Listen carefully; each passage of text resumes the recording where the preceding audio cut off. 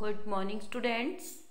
In previous class, we have completed our short question answer of chapter 3rd, and today we start our long question answer. Our first long question is describe the political parties in India. कि भारत के अंदर जो राजनीतिक दल है उनके बारे में बताइए, उनका विस्तार पूर्वक वर्णन कीजिए.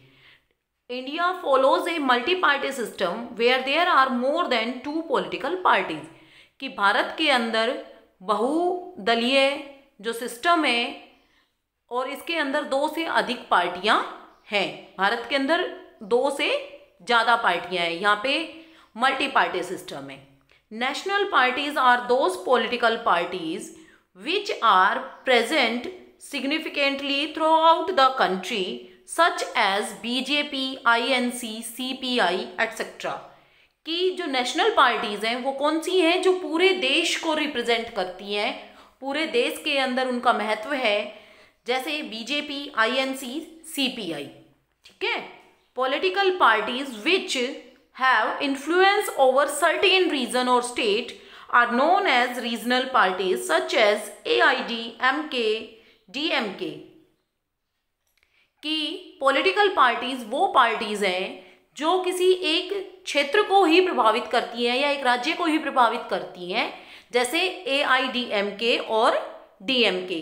मतलब जो पार्टियां पूरे देश के अंदर अपना विस्तार किए हुए हैं उनको तो क्या कहते हैं? नेशनल पार्टीज कहते हैं. और जो पार्टियां किसी एक पर्टिकुलर क्षेत्र या एक पर्टिकुलर स्टेट के अंदर ही मिलती हैं उनको क्या कहते हैं? Political regional parties. ओके.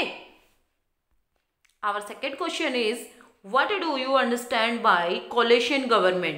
कि जो गठबंधन की सरकार होती है उसके बारे में आप क्या समझते हैं? तो मैंने कल क्लास में भी बताया था कि गठबंधन क्या होता है कि जब एक पार्टी मेजॉरिटी में ना आके फिर 2 या 2 से अधिक पार्टियां मिलके सरकार बनाती हैं तो उसी को क्या कहते हैं? कोलिशन या गठबंधन कहते हैं. Coalition of government means when no single party secures absolute majority in the Lok Sabha. कि लोकसभा में जब कोई एक सिंगल पार्टी अपनी मेजोरिटी नहीं बना पाती है तो उसी को क्या कहते हैं? कोलिशन कहते हैं.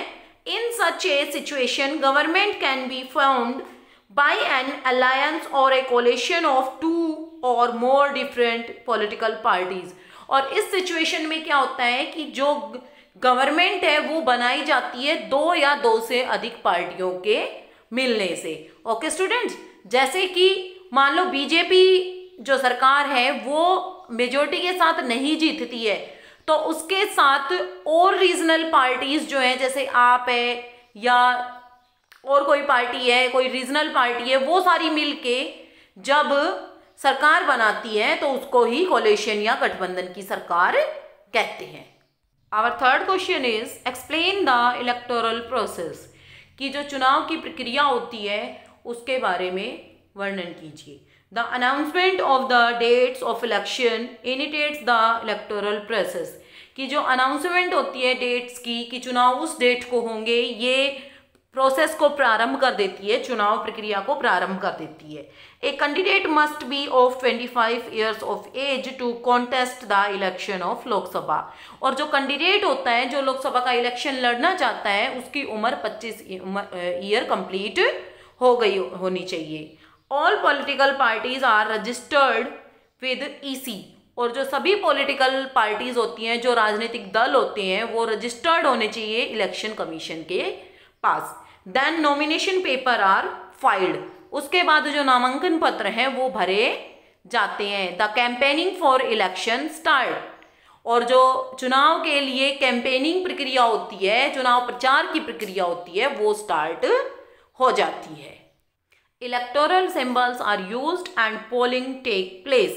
कि जो चुनाव चिन्ह होते हैं उनका उपयोग करते हुए क्या होता है? जो चुनाव प्रक्रिया है वो शुरू हो जाती है, मतलब वोटिंग डलनी स्टार्ट हो जाती है जिस दिन को अनाउंस किया होता है इलेक्शन कमीशन द्वारा कि इस डेट को चुनाव होने हैं. At last the result was declared. और अंत में क्या होता है? रिजल्ट डिक्लेयर हो जाता है और जो पार्टी मेजोरिटी में आती है उसकी सरकार बन जाती है और जो सरकार हार जाती है वो अपोजिशन में चली जाती है. क्वेश्चन 4 है list the functions of election commission. कि इलेक्शन कमीशन के क्या क्या काम होते हैं उनके बारे में बताइए। फंक्शंस ऑफ इलेक्शन कमीशन, कि इलेक्शन कमीशन के क्या क्या कार्य हैं। Election commission announce the date of election, कि जो इलेक्शन कमीशन है वो इलेक्शन की डेट अनाउंस करता है। Election symbols are given to all parties, सभी पार्टियों को चुनाव चिन्ह देता है। प्रिपेयर द वोटर्स लिस्ट, और जो वोटर क्या कहते हैं उनको, जो मतदाता होते हैं जैसे कि हम लोग, उनकी जो एक सूची तैयार करता है। Announce the result of the elections, और रिजल्ट अनाउंस करता है। Submits A list of all successful candidates, और लास्ट में क्या करता है कि जो कैंडिडेट जीत जाते हैं चुनाव उनकी लिस्ट सबमिट कराता है केंद्र में। I hope student you understand these long questions very well. You note these questions in your fair notebook. And today we complete our third chapter of civics, and tomorrow we start our next chapter. Thank you.